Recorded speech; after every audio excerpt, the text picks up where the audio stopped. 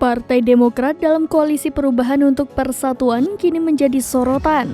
Demokrat merasa dikhianati oleh manuver bakal Capres Anies Baswedan dan Partai Nasdem yang menggandeng Ketua Umum Partai Kebangkitan Bangsa Muhaimin Iskandar atau Caimin yang menjadi bakal cawapres.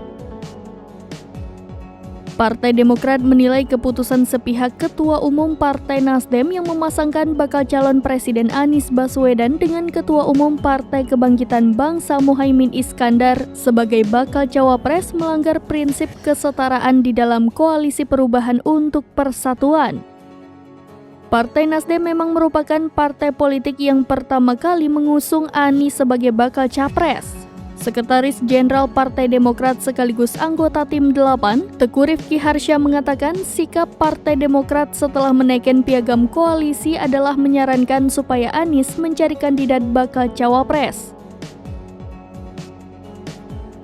Partai Demokrat besutan SBY kemudian mendengarkan pertanyaan dan desakan dari masyarakat luas tentang kepastian KPP serta merosotnya elektabilitas Anies. Maka dari itu Anies dan Tim 8 telah merencanakan beberapa kali waktu deklarasi. Namun rencana deklarasi itu tak pernah terwujud. Rifki Harsha mengatakan Anies juga sempat menyepakati memilih Ketua Umum Partai Demokrat Agus Harimurti Yudhoyono sebagai bakal cawapres dan tinggal melakukan deklarasi.